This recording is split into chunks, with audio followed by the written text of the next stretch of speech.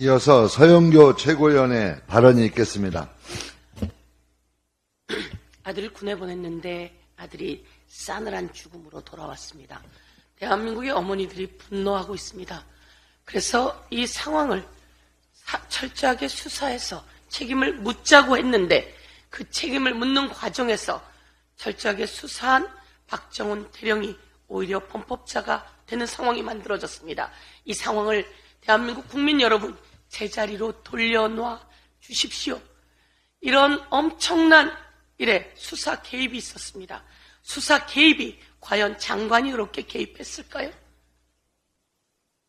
이 수사 개입, 장관이 개입한 뒤에는 바로 윤석열 대통령의 대노와 경노가 있었다고 이야기가 나왔습니다.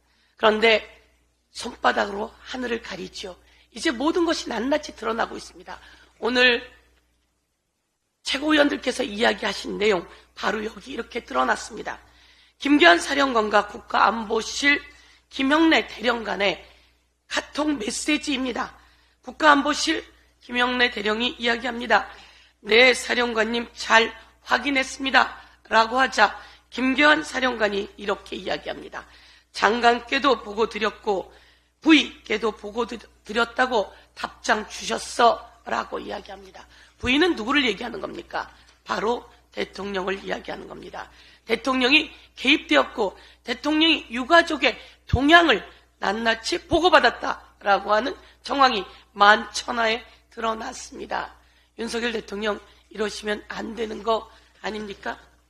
또 수사 외압 과정을 직접 국방부 장관이 챙긴 정황도 드러났습니다.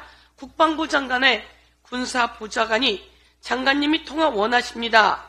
라고 김기환 해병대 사령관에게 이야기합니다. 나중에 이첩하는 것으로 정확히 전해졌는지 궁금해하십니다. 이것은 문자 내용입니다. 통화는 더 많을 것입니다. 그랬을 때 김기환 해병대 사령관이 예라고 대답을 합니다. 박진희가 이야기합니다. 경찰로 이첩 여부 확인되었는지요? 라고 하자 김기환 이첩되었습니다.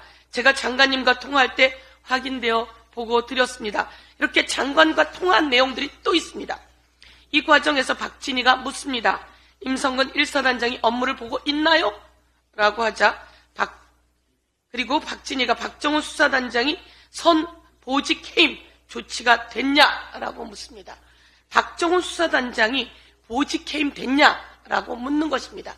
이 문자가 주고받은 이후에 저녁 7시경 군검찰과 경북경찰청으로부터 이 수사 기록이 이첩된다라고 경찰에 이첩되었던 수사 기록을 회수하게 됩니다.